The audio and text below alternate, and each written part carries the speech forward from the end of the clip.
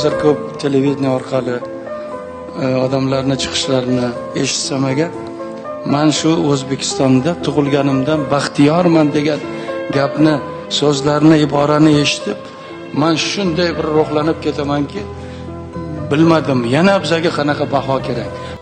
Hozirgi zamonda kim o'zadi? Bilimi ko'p, tafakkuri keng, zamonaviy kasb-hunarni egallagan yoshlar o'zadi. Bizning farzandlarimiz bizdan ko'ra kuchli, bilimli, dono va albatta baxtli bo'lishlari shart. Biz hech qachon hech kimdan kam bo'lmaganmiz, bo'lmaymiz ham. Aziz farzandlarim, sizlarni yonib turgan ko'zlarimiz, g'ayrat va shijoatlarimiz men O'zbekistonning yorug' kelajagini ko'raman. Ishonch bilan yashashingiz kerak. Sizlar mana bolalarim.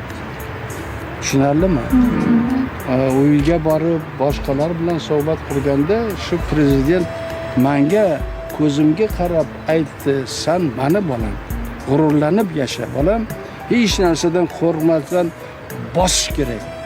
Davr bizarniki, ertangi kun bizarniki deb bosish kerak."